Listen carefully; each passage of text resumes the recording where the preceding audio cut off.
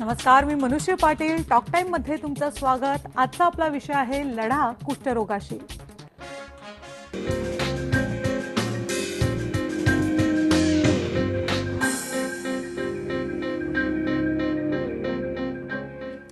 हा आठवडा कुष्ठरोग सप्ताह म्हणून पाळला जातो आणि यावर आपण म्हणूनच कुष्ठरोगांच्या आजारांविषयी किंवा त्यांच्या प्रश्नांविषयी आपण चर्चा करणार आहोत. कारण कुष्ठरोगांना नेहमीच दुय्यम वागणूक मिळते. समाजाच्या मुख्य प्रवाहापासून ते नेहमीच बाजूला फेकले जातात.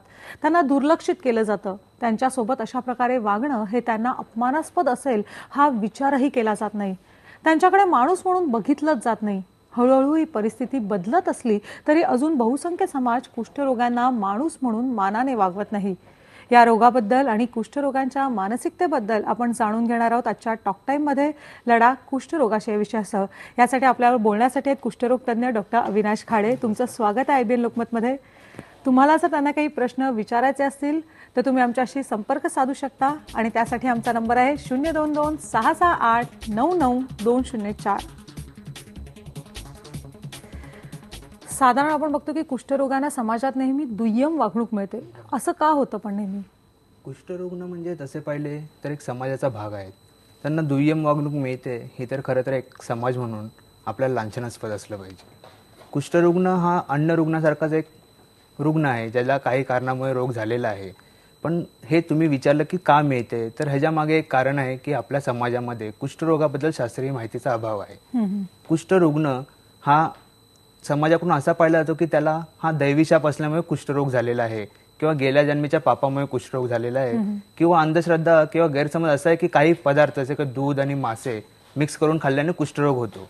तर ह्या सगळ्या अंधश्रद्धांमुळे म्हणा, अपप्रचारामुळे, शास्त्रीय माहितीच्या अभावामुळे कुष्ठरुग्णांबद्दल समाजामध्ये एक हीन दर्जाची वागणूक त्यांना सतत मिळत आलेली आहे.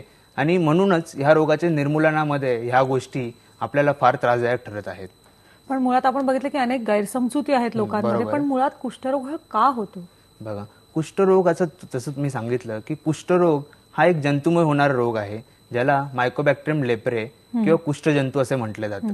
तर हा कुष्ठजंतू हा आपल्या सभोवतालच्या वातावरणात असतो आणि तो सर्वीकडे असतो. पण सगळ्यांना तो रोग होत नाही.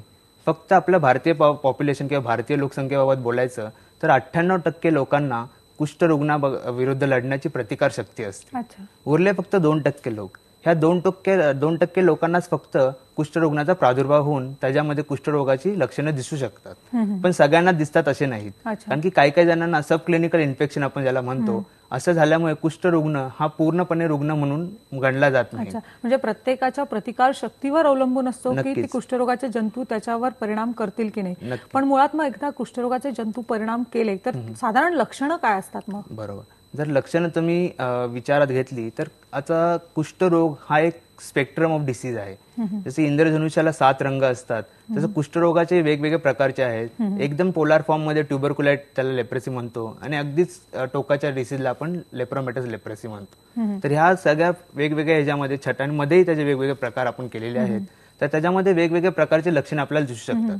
पण सर्वसामान्यपणे कुष्ठरोग हा कसा ओळखावा, तर शरीरावर न खाजणारा, न दुखणारा, ज्याला संवेदना नाहीत असा चट्टा आपल्या शरीरावर असेल तर कदाचित हा चट्टा कुष्ठरुग्णाचा किंवा कुष्ठरोगाचा असू शकतो.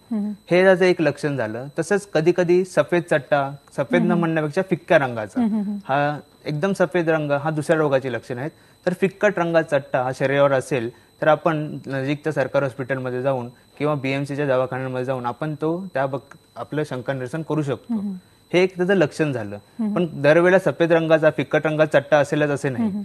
कधी कधी लालसर चट्टा येतो, कधी कधी आपल्या शरीरावर सूजन येते, हातापायांना सूज येते, कधी कधी कानाच्या ज्या आपल्या पाया असतात त्या जाड होतात किंवा शरीरावर एक नोडुल्स येतात, त्याला आपण लेप्रोमा म्हणतो. तर ह्या गोष्टी पण कुष्ठरोगाच्या लक्षणं असू शकतात. हे झालं त्वचा रोगाबद्दल. पण जर कुष्ठरोग तसा पाहिला तर हा मज्जासंस्थेमध्ये होणारा रोग आहे. जे कुष्ठजंतू आहेत ते प्रामुख्याने मज्जासंस्थेमध्ये जाऊन बसतात आणि जे नंतरचे मॅनिफेस्टेशन आहेत ते मज्जासंस्थेचे रिलेटेड असतात किंवा चेतातंतूशी रिलेटेड असतात. तर ह्याच्यामध्ये आपले चेतातंतू असतात ते जाड होतात. चेतातंतू जाड झाल्यामुळे पुढे मग त्या भागाला सुन्नपणा येतो, बधीरपणा येतो, त्याच्या हातापायाला बधीरपणा येतो. सुरुवातीच्या काळामध्ये हातापायाला जरा सर्वसामान्य भाषेत बोलले तर मुंग्या येतात असं पेशंट आपल्याला सांगतात किंवा असं हातापायाला जरा झुंझुने आल्यासारखे वाटते. तर हे त्याचं एक दुसरं लक्षण आहे. आणि एक कार्डिनल साईन म्हणून कन्सेप्ट आहे की 3 आता 2 कार्डिनल साईन सांगितलं. Third is a presence of mycobacteria in skin smear. जे आपण चमडीचा तपास केला, चमडीचा थोडासा कट करून त्याच्यामधून पाणी काढून जर आपण त्याला विशिष्ट रंगाने स्टेन केलं तर AFB किंवा ऍसिड फास्ट बॅसिलाय आपल्याला दिसले, तर that is a third sign, that is a confirmatory sign of a पण मुळात अशी मायक्रोबॅक्टेरियम. सगळी लक्षणं दिसली की माणूस घाबरून जातो. पण मग खरंच कुष्ठरोगाला घाबरणं गरजेचं आहे का आता? नाही, खरं तर कुष्ठरोगाला घाबरणं अजिबात गरजेचं नाही. कुष्ठरोगाबद्दल जे अपप्रचार आहे, जे अंधश्रद्धा आहे, जसं आपण सांगितलं, तर ह्या गोष्टीमुळे कुष्ठरोग नक्कीच घाबरून जातो आणि ते स्वाभाविक आहे. बरोबर. त्यात कोणतंही अपमानजनक काही नाहीये, कारण की कुष्ठरोगाबद्दल एक अपप्रचार आहेत. तर खरं तर घाबरून न जाता आपण स्वतःहून नजीकच्या सरकारी दवाखान्यांमध्ये, महानगरपालिकांच्या दवाखान्यांमध्ये किंवा रजिस्टर्ड मेडिकल प्रॅक्टिशनरकडे जाऊन आपलं शंका निरसन करणं हा याचा राजमार्ग आहे. अच्छा. कारण की कुष्ठरुग्ण हा काही विशिष्ट प्रकारचा असा वेगळा रोग नाहीये, एक सर्वसामान्य रोग आहे. रोग एका बॅसिलामुळे झालेला आहे, त्याच्यावर योग्य असे उपचार आहेत. उपचार घेतला तो रोग पूर्णपणे बरा पण होतोय.